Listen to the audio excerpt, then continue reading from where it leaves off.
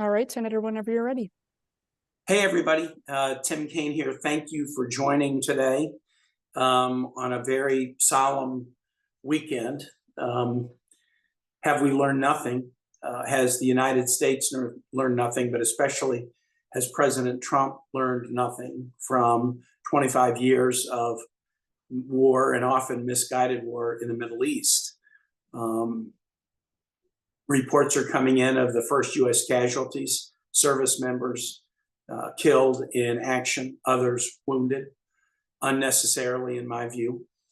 Civilians in Iran, including likely school children, civilians in Israel, others throughout the region, U.S. embassies under protest.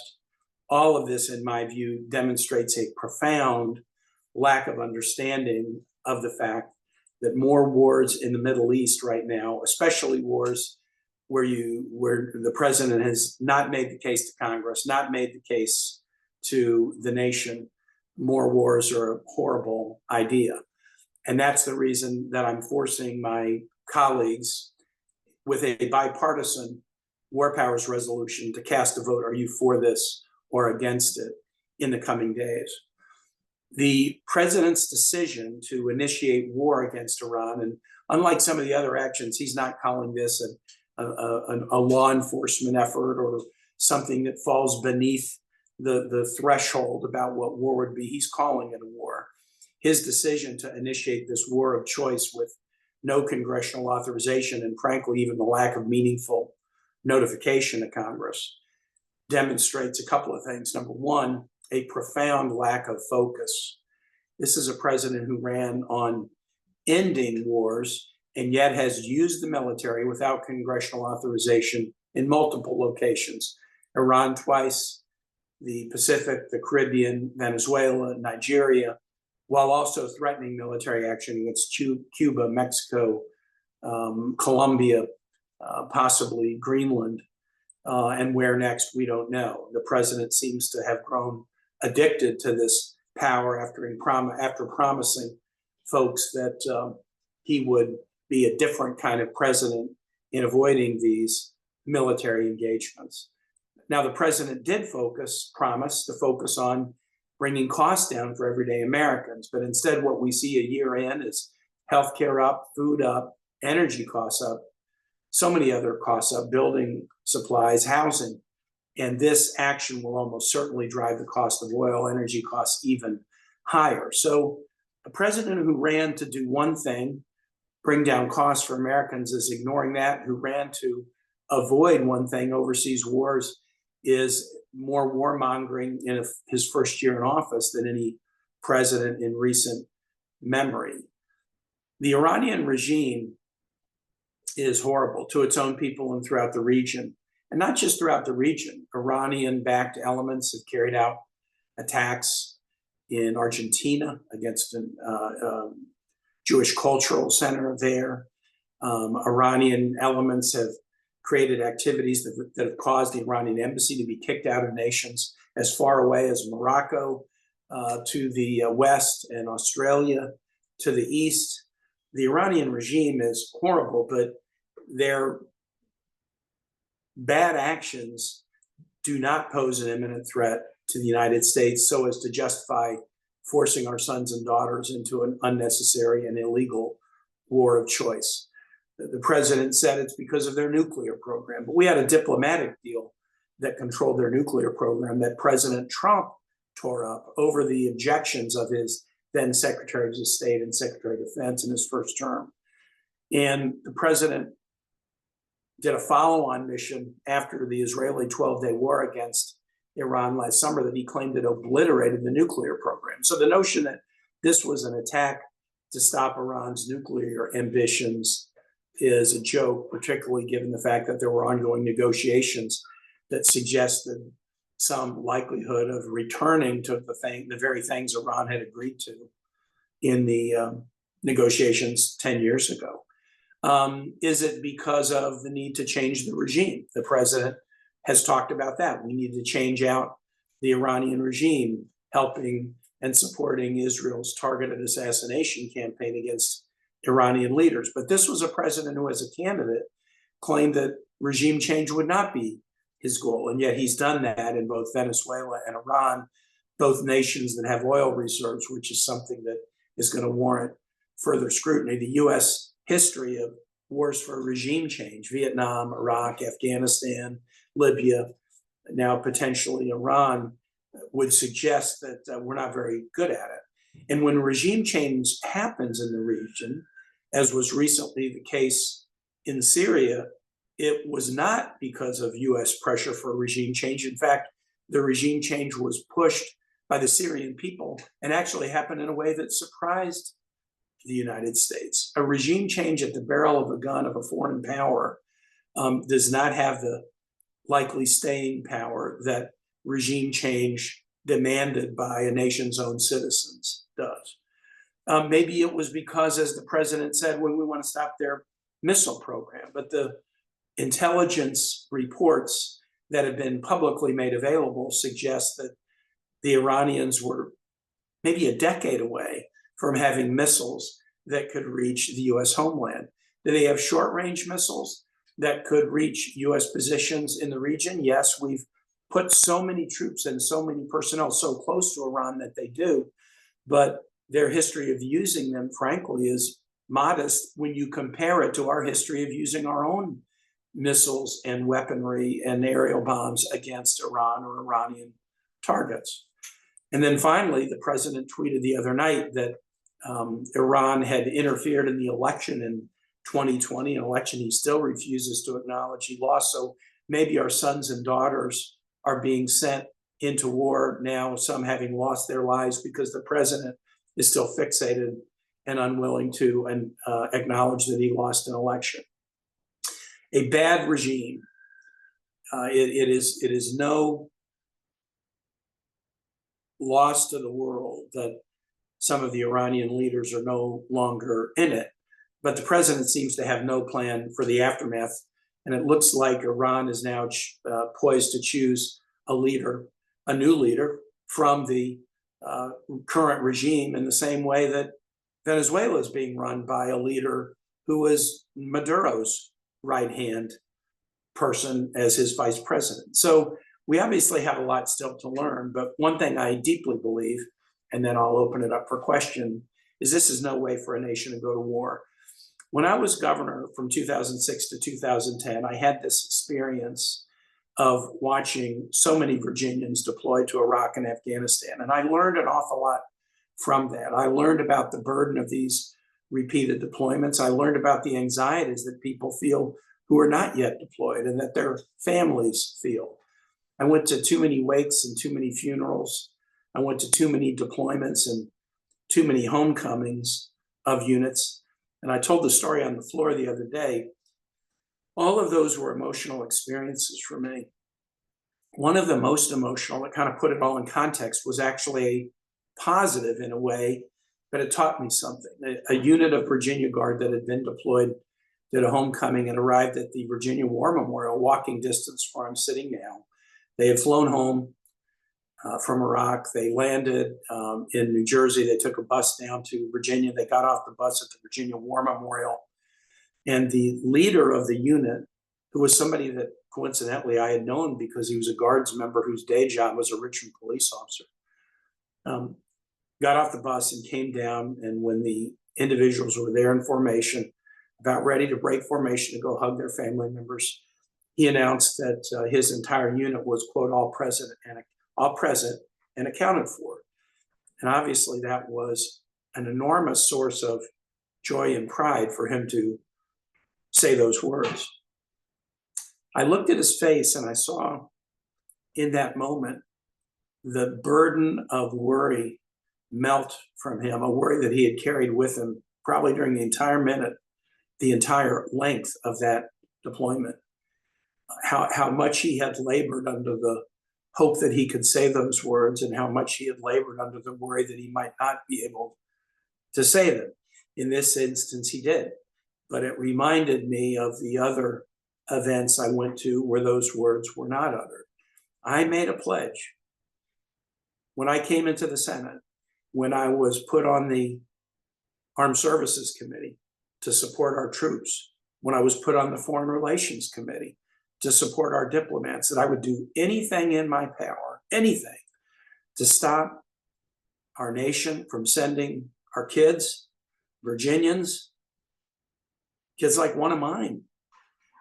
One of my kids is a Marine, to stop us from sending our youngsters into war without a legitimate justification that had been put before the American public and discussed and voted on in such a way that we had truly embraced that this mission was in the national interest. No shortcuts, no end runs, no, I did it because, you know, somebody talked me into it, or I did it because I woke up feeling a particular way, or I did it because I'm mad about an electoral loss. We are a powerful nation, and we're a powerful nation because we have a powerful military, but we're even more powerful because we have values that we want to uphold. What does it say to the dictators of the world that the US invades the sovereignty of another nation on such specious grounds?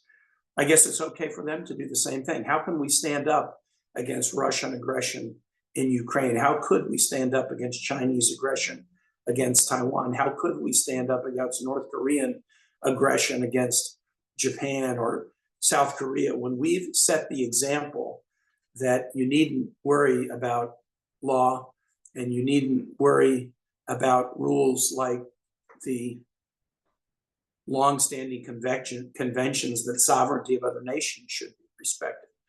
I deeply worry that this president has not only put our troops and civilians into harm's way without justification, but that he's also set a bad precedent that's going to come back to bite not only us, but many other nations around the world and many other people around the world. With that, let me open it up and take your questions.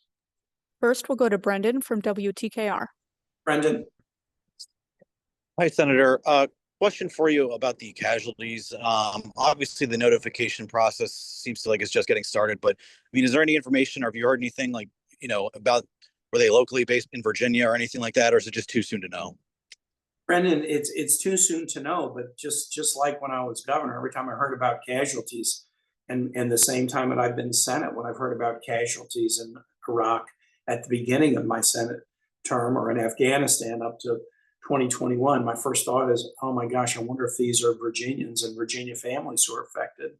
If you think about who was deployed, you know, who was on the carrier strike groups, these carrier strike groups deploy out of Norfolk. A lot of the naval and aviation assets that are used in these operations, you know, come out of Norfolk. That was the case in the attack against Iraq in the summer. It was the case in the attack against Venezuela a few months ago. And we know these assets that are deployed overseas are going to have Virginians connected to them. So these deaths are a tragedy wherever somebody is from, but I'm kind of sitting on the edge of my seat until I see who these casualties are. And obviously, if they're Virginians, it would be standard for us as the congressional delegation to reach out to their families.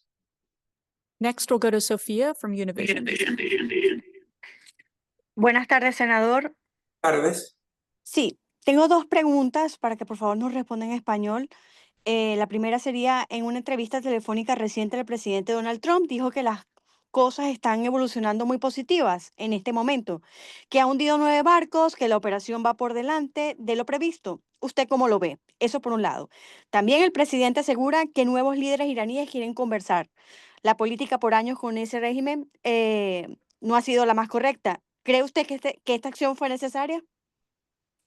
Pues en la primera pregunta, el presidente está diciendo que todo bien, pero tenemos 3 soldados que han muerto en esta guerra y otros que han sufrido heridos, han sufrido daño a su vida, y posiblemente va a ser más que pierden sus vidas.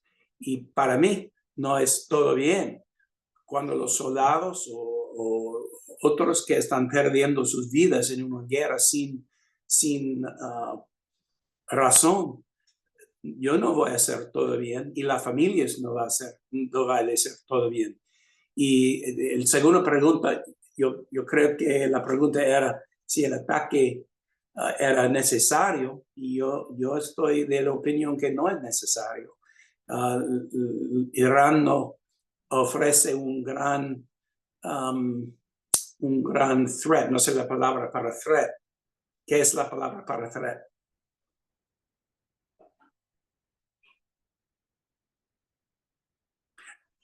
Irán no ofrece gran peligro a los Estados Unidos ahorita. Entonces no debemos tener guerras sin un autorización del Congreso y sin un gran peligro a los Estados Unidos. El gobierno de Irán es un gobierno malo por su gente propia y para el mundo, pero no es la misma cosa que un gran peligro a los Estados Unidos, y no debemos mandar nuestros hijos en una guerra sin un gran peligro. Next, we'll go to Zachary at CNN. Hi, Senator. How are you? I just wanted to ask, there's been a lot of reporting prior to this operation that the U.S. intelligence community really didn't have a good sense of what the outcome of a regime change or regime transition operation in Iran would be. And I think we've reported recently that even General Kane wasn't able to really predict that outcome. But I'm curious from your end, have you seen any evidence to suggest otherwise? Does the IC have any visibility into what comes next, even if or how willing someone from the regime may be to cooperate with the Trump administration if they are filling the void? Yeah, that's a good question. I'm not allowed to share classified information, but I can certainly share the absence of information. And the answer is, just as General Kane couldn't posit it, there is really no good information about that. And I think President Trump sort of admitted the same when he said, look, after this bombing campaign is done, hey, Iranian people, take back your own government. I mean, it's like we're gonna break all the China and you guys decide how to put it back together. It seems like that is the strategy. Now, the news coming from Iran suggests that they'll choose a new supreme leader within a couple of days, and they'll make that decision. But the individual who's being quoted right now as sort of the spokesperson in the aftermath of the death of their leaders is somebody who's very much been part of the regime and may well be the choice for that position. And again, let's compare it to Venezuela. President Trump ordered this invasion of Venezuela to arrest the president, Nicolas Maduro. There had been a popular election not that long ago that produced an overwhelming popular majority for an opposition candidate, instead of putting who was basically cheated out of the election by the theft by Nicolas Maduro. So after this invasion, instead of putting in power the president who Venezuelans had elected, President Trump just left the Maduro regime in power. And when we've asked Secretary Rubio how long that's going to go, when will there be elections? When will the Venezuelan people be able to choose a Venezuela for Venezuelans, not a Venezuela for America or a Venezuela for international oil companies? The Trump administration won't give an answer. So I don't think they have an answer. And it looks like the likely result right now is that the regime continues. This will play out over time, and we'll see whether that in fact is the case. But I don't think they have an answer or a plan about that. Next, we'll go to Anne Marie from Spectrum News. Anne Marie. Hi, Senator. Thank you for doing this. I talked to a law professor today, a constitutional law professor today. She called this a brazen disregard for constitutional law, and basically said a lot of this ends up in Congress's hands. What's the backup plan if the war powers resolution doesn't go through? And what can Congress do if this continues to go on for the next 60 days, which at that point, Congress would need to declare war?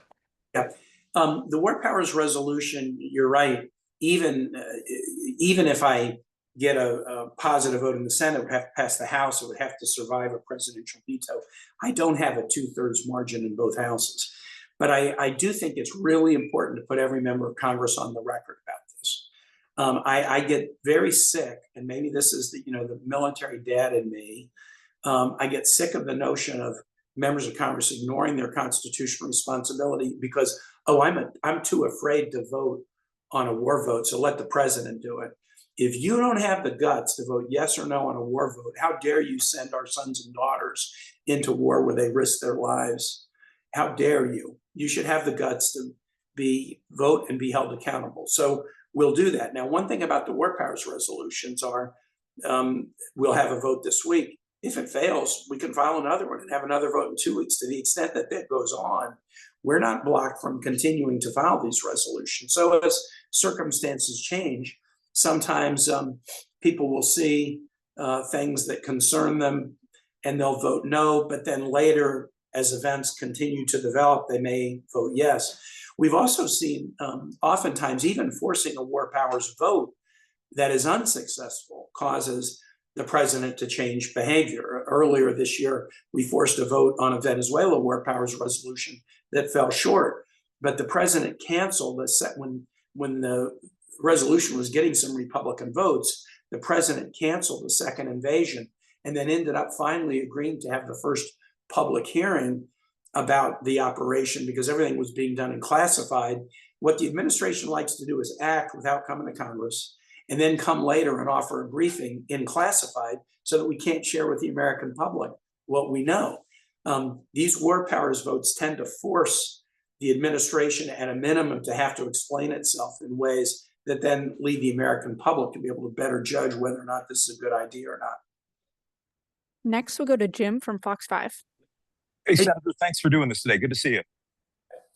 I'm curious here. There's a lot of Iranian Americans in Virginia who, as you know, have been celebrating the fall of the Ayatollah. And like you said, no loss to the world writ large. But when you look at the reaction to these people who see the possibility of freedom, there's no guarantee of it, as you said, because we may have another regime who comes in. It's very much next verse, same as the first. Does that hope for change, does that modify the message you might have for Iranian Americans in Virginia who are watching all of this play out?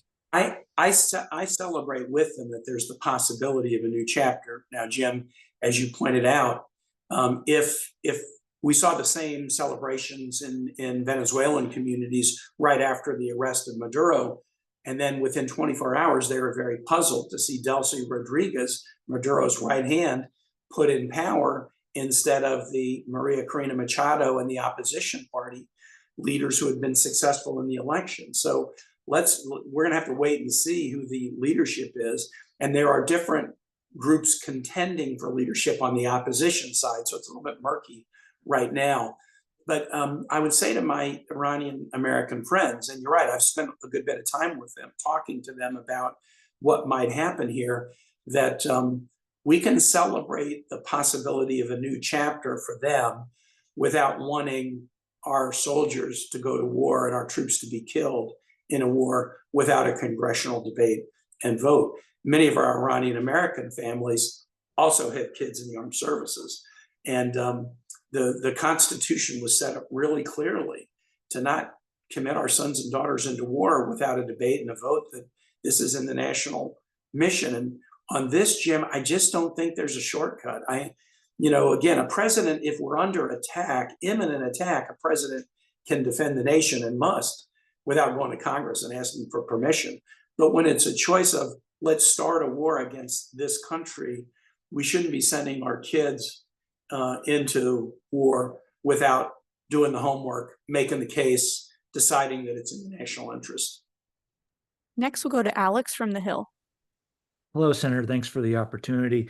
Do you have any more clarity as to what the precise timing on the Senate floor would be, whether Tuesday or Wednesday? And looking back to that vote you had in June, Rand Paul was the only Republican who voted for it. What makes you think this time is different? And finally, Paul says this would not be privileged on the House floor, probably wouldn't get a vote on the House floor. Do you think differently about that?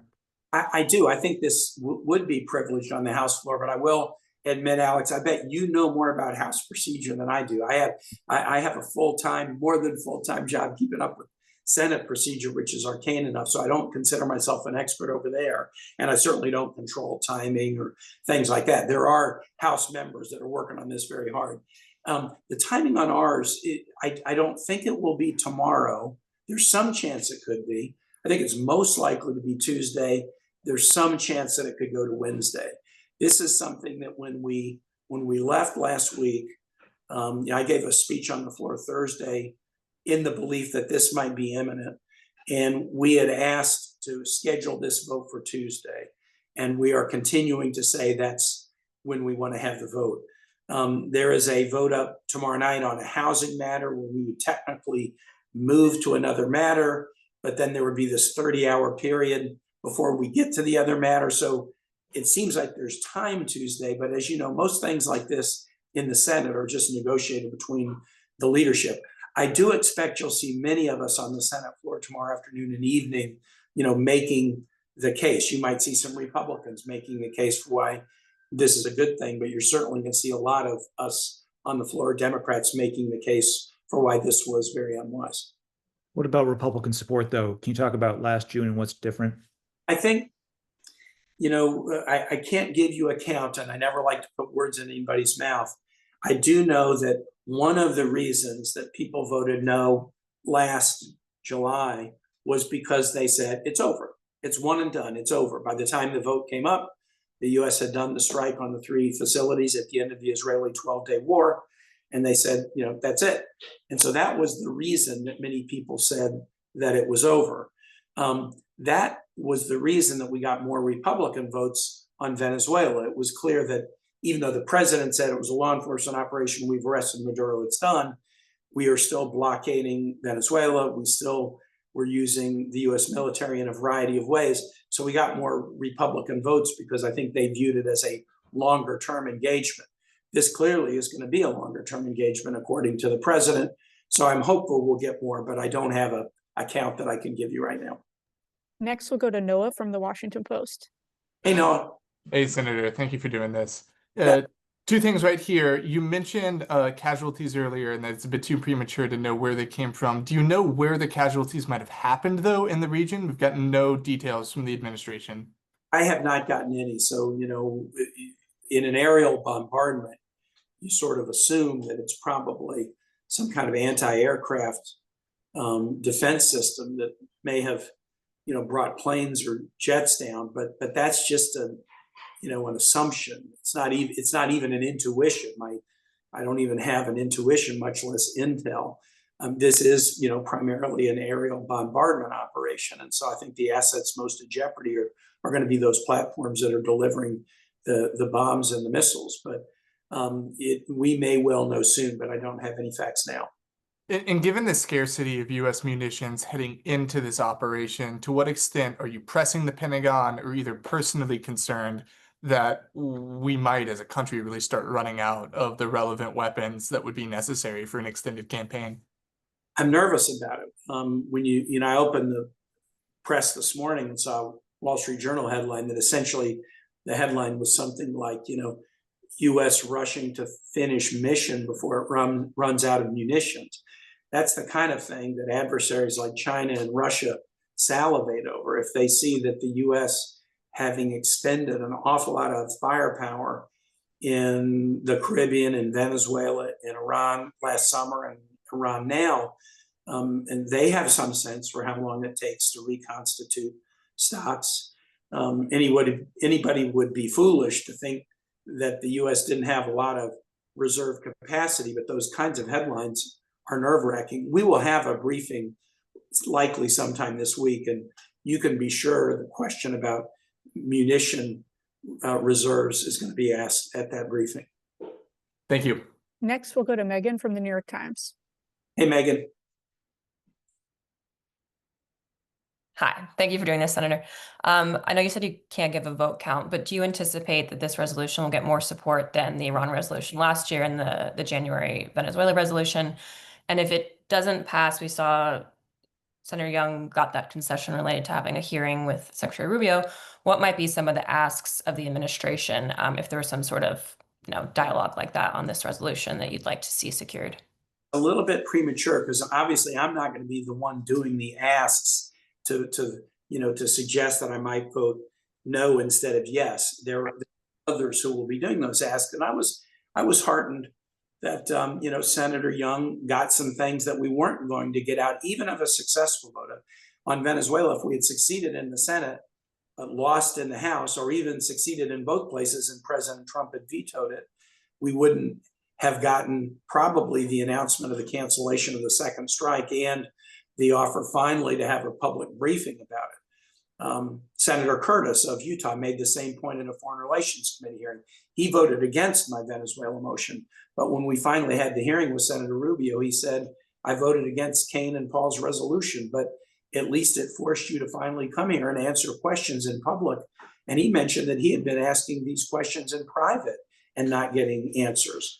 This pattern of not coming to Congress and then later coming only in classified, so we can't share it, and refusing to answer questions that we're directing, this is getting to be a very standard feature of the way the Pentagon operates.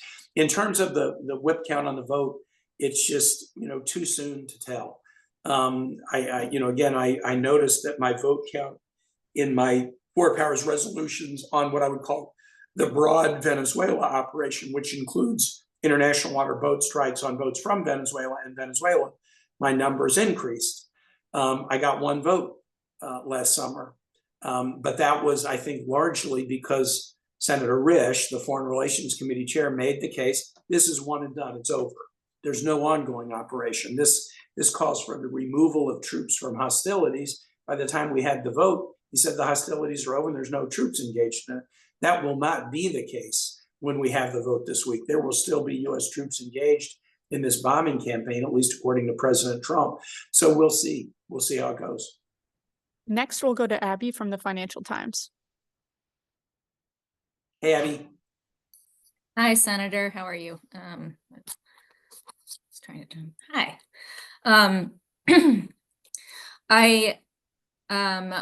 I wanted to ask, going back to your expectations for what happens on the ground in Iran, assuming Trump keeps his promise not to send troops in, and assuming, the U.S. and Israel actually do destroy all of the regime's leadership through these airstrikes, what does people rising up to take control actually look like? And who are the opposition groups or leaders who the administration and members of Congress think are most likely to be able to take control of the country? And then I'm also interested in your understanding of Israel's goals in this campaign, and if there's any divergence between their interests here and the Trump administration's. I'm not going to pretend to talk about Israel's goals. I don't think we should be dragged into war by any other nation. The reporting is that Israel and Saudi Arabia really encouraged the president to do this. I don't like reading those stories. I hope they're false. I don't think U.S. foreign policy should be that we're pushed into anything, especially war, at the behest of another nation. Exactly what the Israeli goals are, I don't know. Israel has the right to defend itself and to make its own calculations, but Israel's calculations are not the same as the U.S. calculations. So I don't want to comment on what their goals are. And then with respect to what happens on the ground in Iran, Abby, it's murky. Again, you'll see who is chosen as the next supreme leader. I definitely believe that will be a leader from the Khamenei camp, the current regime. Will that regime maintain power? You have Iranians who are, and particularly Iranians in the diaspora community, who are loyal to the Pahlavi family and have rallied, at least in foreign cities, at the request of the heir of the Shah, the son of the Shah of Iran, to talk about that. You also have other organizations like MEK that suggest that they want to play a major role in future leadership in Iran. Exactly who it would be, that is a question about kind of the Iranian people's preferences, and I just don't know enough to be able to answer that question. Have you seen, sorry, can I ask, have you seen signs that those groups, say the Pahlavi loyalists and the MEK, would be willing to work together, or are you concerned about, violence like we've seen in other falls of regimes? I've heard no discussions of violence, but I certainly haven't heard any discussions about who's willing to work with whom. And I've even met with members of the Iranian diaspora community in the United States who feel very strongly pro certain opposition camps and against other opposition camps. Next, we'll go to Thank- Brian from WDBJ.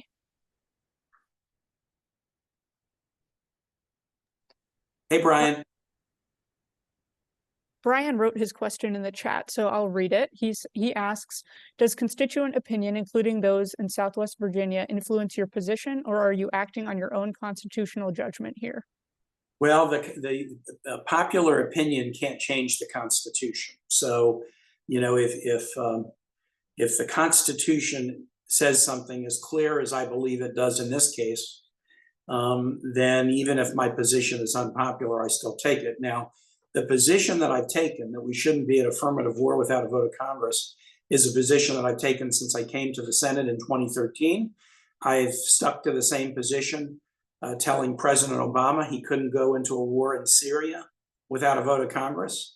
When President Obama tried to do a diplomatic deal with Iran over their nuclear program and not submit it to Congress, I criticized the president and I co-authored legislation that forced President Obama to bring the deal to Congress for ratification.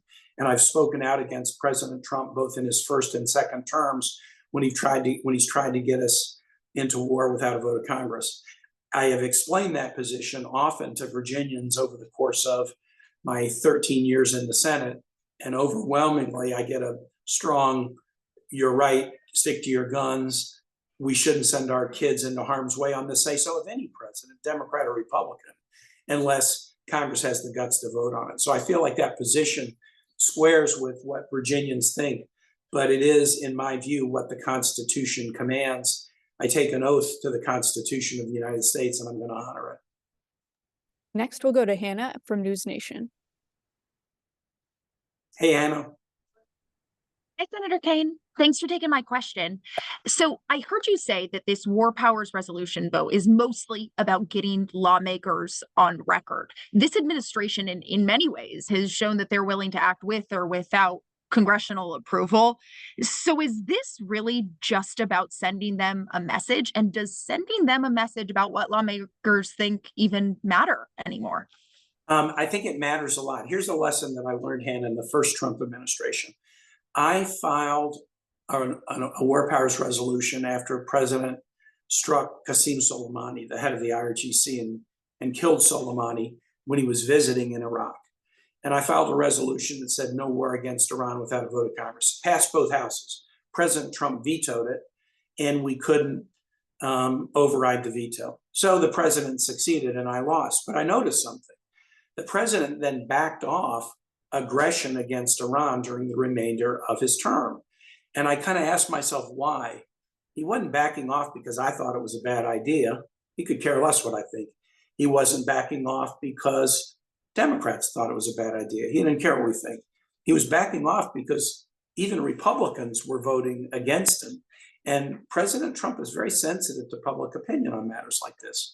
And he sees the votes of congressional members, especially those in his own party, as, wait a minute, maybe this isn't so popular with the Donald Trump voter. When I got 5 Republicans to vote with me a month or so ago, no war against Venezuela without a vote of Congress, the president and his team worked furiously over the course of the next few days to convince 2 of them to change their mind. The president canceled a second strike against Venezuela.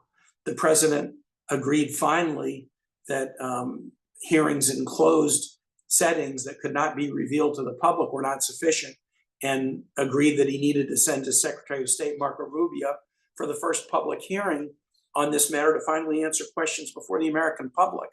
So what I learned from both of those efforts at War Powers resolutions is forcing a vote in Congress not only puts people on the record where they're going to be held accountable by their constituents, it changes behavior. It may not get you everything you want, but it changes behavior.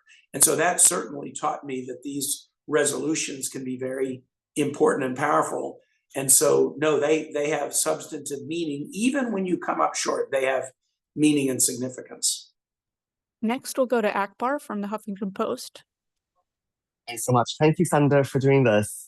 I had a couple of questions just on Democrats' positioning here. I've been hearing some rumblings, especially from the House, that there might actually be some Democratic opposition to a War Powers vote. Are you worried that some Democrats who do take a harder line on Iran maybe could be swayed, right, to be supportive of some degree of the military action here. And more broadly, I think there's a sense among some people on the left of, could Democrats be doing more in this moment to rein in the president, right? Given just this risk abroad, the stress about what's happening domestically, should Democrats be grinding the gears to a halt on confirmations, on other funding measures? Is there more that Democrats could be doing given President Trump seems to feel so unrestrained right now? Well, on the first, look, I believe all Democrats should support this. This does not, if there's a Democrat who's an Iran hawk, who thinks we should be at war with Iran, then they should still vote for my resolution. My resolution says no war against Iran without a congressional vote.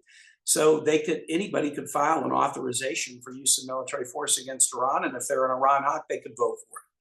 I just think people shouldn't be able to hide under their desks and let the president do it all without, putting their signature on it.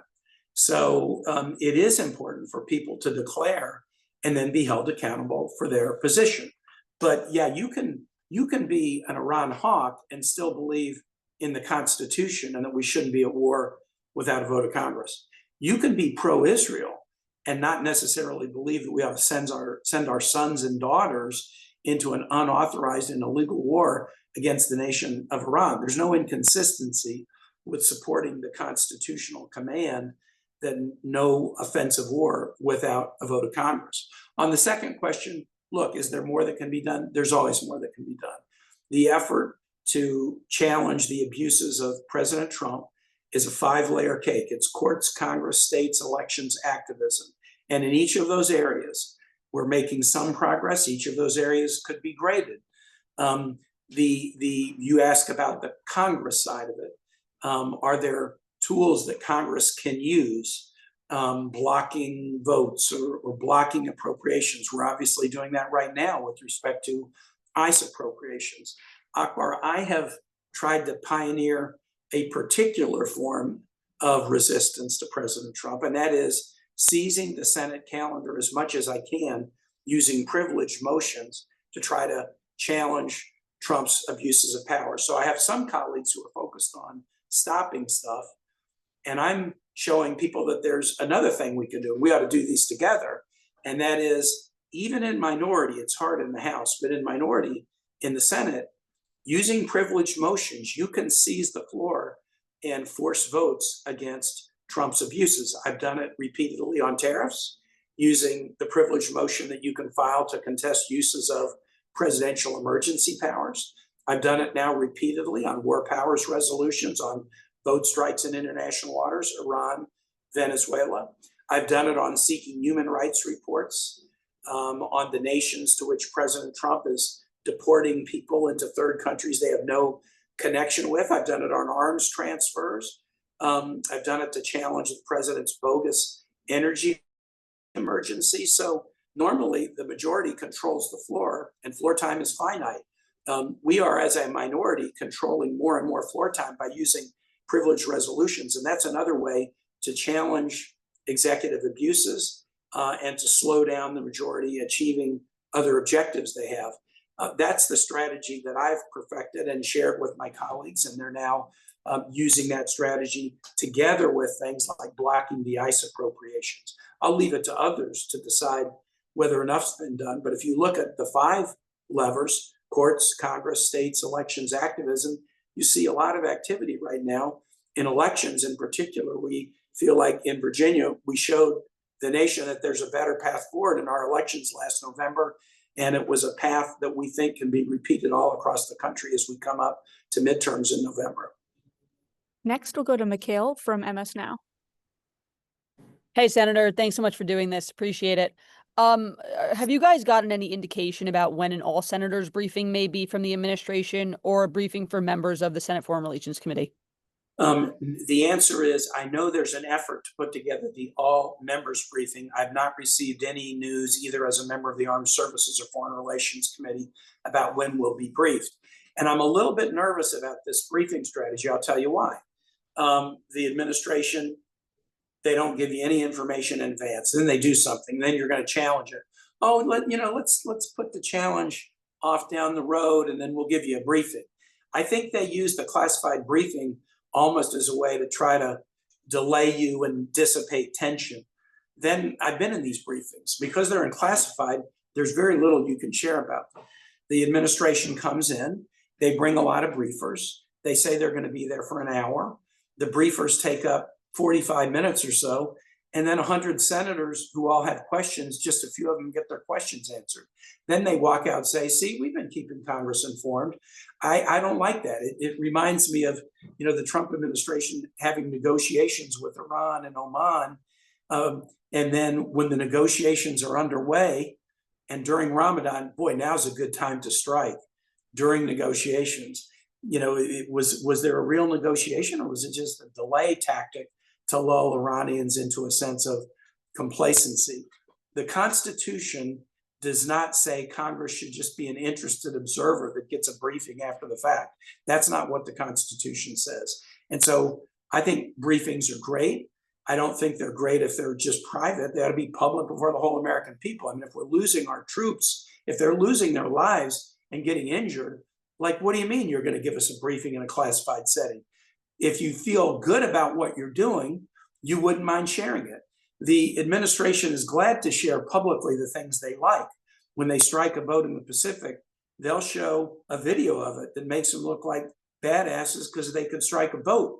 But it takes us 2.5 months to then learn that the same video had a second strike that killed shipwrecked survivors on open water, and they still won't share that with the public. Oh, that's intelligence we can't share.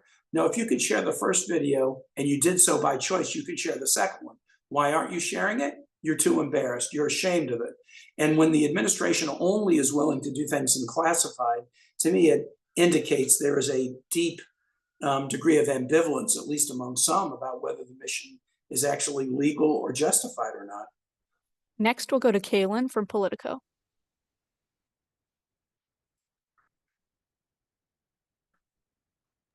All right, we'll move on to Jose from El Nuevo Dia.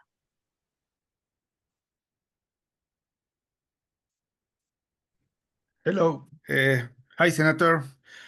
Given the different arguments of the Trump administration regarding why they ordered the military attacks, which one you believe was the real reason?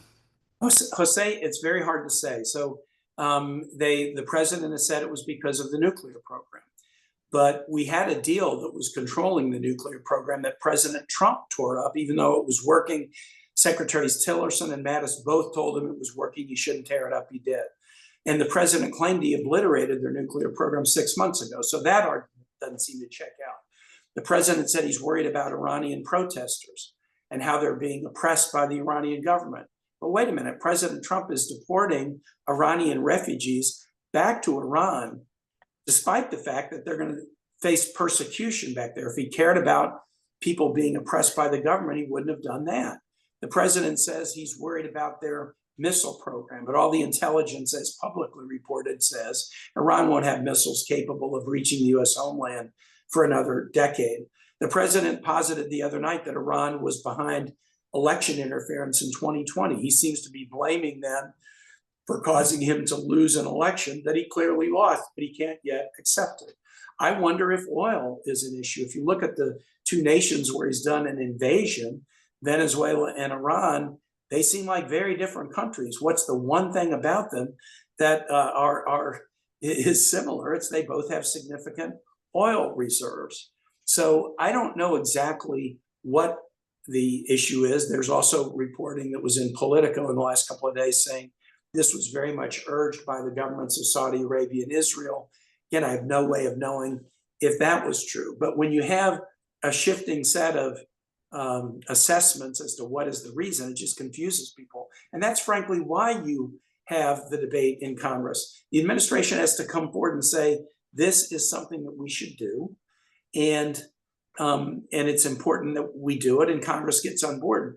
Remember, President Bush came to Congress about Iraq. Mm-hmm. He assembled a 40-nation coalition about Iraq. This is no congressional input, no international coalition except the US and Israel. And they just don't seem willing to do the work to make the case and our troops and civilians in the region are the ones who are suffering.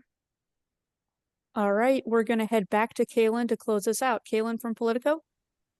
Hey, Senator Kane, thank you. I wanted to ask you about the argument from some Republicans that in the aftermath of the Iran strikes, that Democrats should give up their holds on Homeland Security funding. Well, that's kind of an interesting one. They've allowed all kinds of abuses in Homeland Security. They're unwilling to fix them. Then they wage an illegal war of choice and claim that, oh, because we waged an illegal war of choice, you now need to drop your request for reforming ICE abuses within the country. That is called a bootstrap argument. I do think there may well be some discussions about allowing funding for some of the agencies in DHS in accord with the appropriations negotiation, FEMA, TSA, Coast Guard, possibly some CBP funding.